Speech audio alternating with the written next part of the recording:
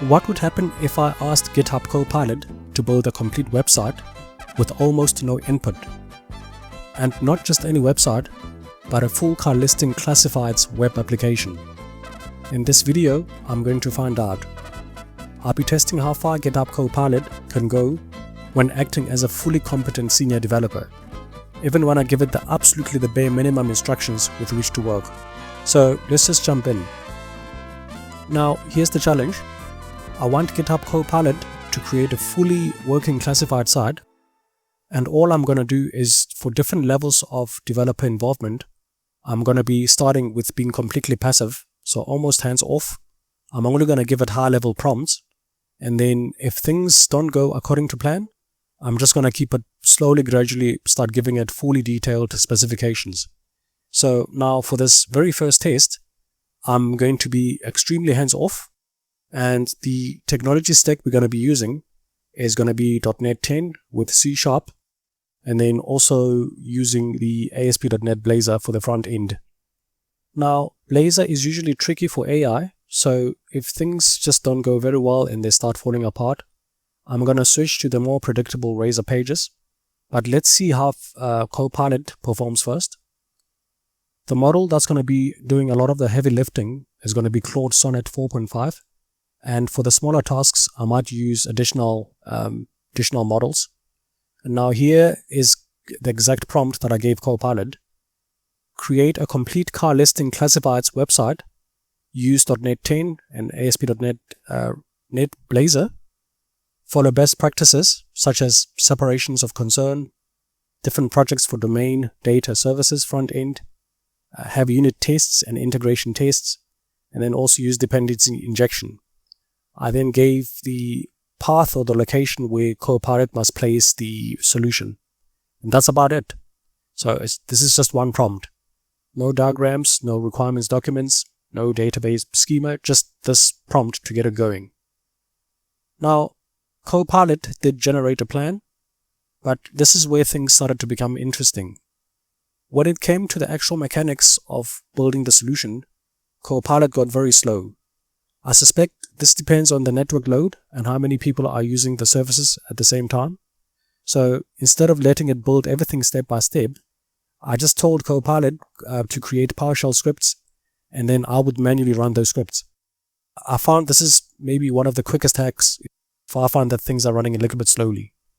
Now, the next issue, even though I clearly specified to use version 10, .NET 10, Copilot just kept on trying to generate the projects in .NET 8.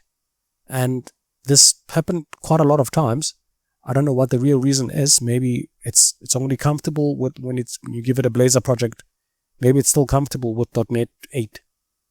So after some time, roughly 40 minutes or so, eventually I got a final solution created. And from the very first glance, without even running it first, it looks very, very minimal, bare bones, almost like I don't even have hope that this is going to be impressive. And honestly, I don't even think this qualifies as a minimal viable product. So yes, I mean, the projects were created. I can see there's a domain, the projects are there, domain, data, services, front end. But that's about it. There was no authentication, there's no real business logic, no meaningful pages, there's no workflow of data. Don't think I'm even seeing tests. And then when I try to compile on the first attempt, immediately I get some errors. Okay, so gonna fix just these quick errors, and then let me actually just run the application and see what is actually looking like, what it's actually built. And then, as expected, there's actually nothing impressive on the screen. There's no listings, there's no real UI, it's just a skeleton. I did try adding a listing. This is going to be the lime green 1987 car. Filled in the form, clicked submit. Nothing happened. It doesn't get saved. I don't think the repositories or the database code to save is being invoked. There's no confirmation. There's no output. So basically there's no one function or no feature that's actually working. What is the verdict? No. Verdict is a big no. It couldn't build a functioning classified websites from just a simple prompt. It's not even close to it. To get something meaningful, it looks like I'm going to need to spend a lot more time prompting, refining, debugging, and correcting the code. And of course, that means using a lot more premium requests. So this is going to be on the subscription. I'm going to have to be subscribed or something. For this attempt alone, 22 premium requests using Claude Sonnet 4.5 were used. That's actually quite a lot.